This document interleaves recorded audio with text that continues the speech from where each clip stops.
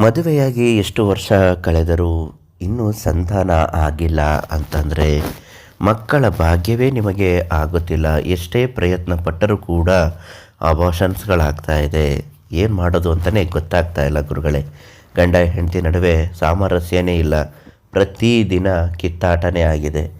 ಒಬ್ರಿಗೊಬ್ರು ಅರ್ಥ ಮಾಡ್ಕೊಳ್ಳುವ ಮನೋಭಾವಗಳು ಖಂಡಿತ ಕಾಣ್ತಾ ಇಲ್ಲ. ಯಾಕಾದರೂ ಮದುವೆ ಆದ್ನೋ ಅನ್ನುವ ಮಟ್ಟಿಗೆ ತಲೆ ಕೆಟ್ಟೋಗಿದೆ. ಇದರಿಂದ ನಮ್ಮ ಸಂತಾನಕ್ಕೂ ಕೂಡ ತುಂಬ ದೊಡ್ಡ ಅನಾಹುತ ಅಪಾಯಗಳು ಕೂಡ ಸಂಭವಿಸುತ್ತಿದೆ.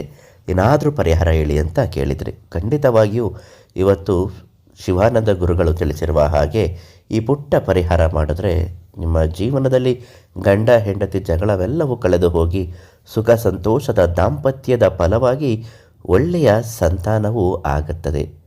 ಅದನ್ನು ಹೇಗೆ ಮಾಡಬೇಕು ಅಂತ ಇವತ್ತಿನ ವಿಡಿಯೋದಲ್ಲಿ ತಿಳಿಸ್ಕೊಡ್ತೀನಿ. ನಿಮ್ಮ ಜೀವನದಲ್ಲಿ ಇಂತಹ ಯಾವುದೇ ಒಂದು ಸಮಸ್ಯೆಗಳಿದ್ದರೂ ಪರಿಹಾರಕ್ಕಾಗಿ ಪಂಡಿತ್ ಶಿವಾನಂದ ಗುರುಗಳಿಗೆ ಸಂಪರ್ಕಿಸಿ.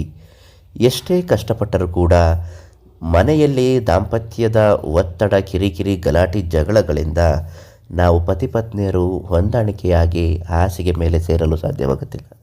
ಇದರ ಫಲವಾಗಿ ನಮಗೆ ಯಾವುದೇ ರೀತಿಯಾದಂತಹ ಸಂತಾನದ ಭಾಗ್ಯವೂ ಇಲ್ಲ.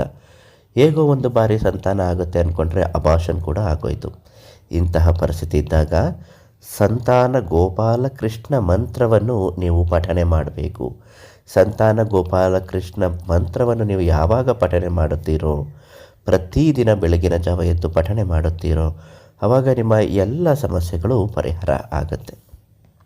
ಗಂಡ ಹೆಂಡತಿ ಜಗಳಗಳು ನಿಲ್ಲಬೇಕು ಅಂದರೂ ಕೂಡ ಶಾಶ್ವತ ಪರಿಹಾರ ಇರುತ್ತೆ. ಅದಕ್ಕಾಗಿ ಪಂಡಿತ್ ಶಿವಾನಂದ ಗುರುಗಳಿಗೆ ಒಂದು ಫೋನ್ ಮಾಡಿ ಗಂಡ ಹೆಂಡತಿ ನಡುವೆ ಯಾವ ವಿಚಾರಕ್ಕೆ ಜಾಸ್ತಿ ಜಗಳ ಆಗುತ್ತೆ ಅಂತ ಮಾತನಾಡಿದರೆ ಅವರು ಸಂಪೂರ್ಣವಾಗಿ ನಿಮ್ಮ ಗಂಡ ಹೆಂಡತಿ ದಾಂಪತ್ಯ ಜೀವನಕ್ಕೆ ಪರಿಹಾರವನ್ನು ಹೇಳುತ್ತಾರೆ.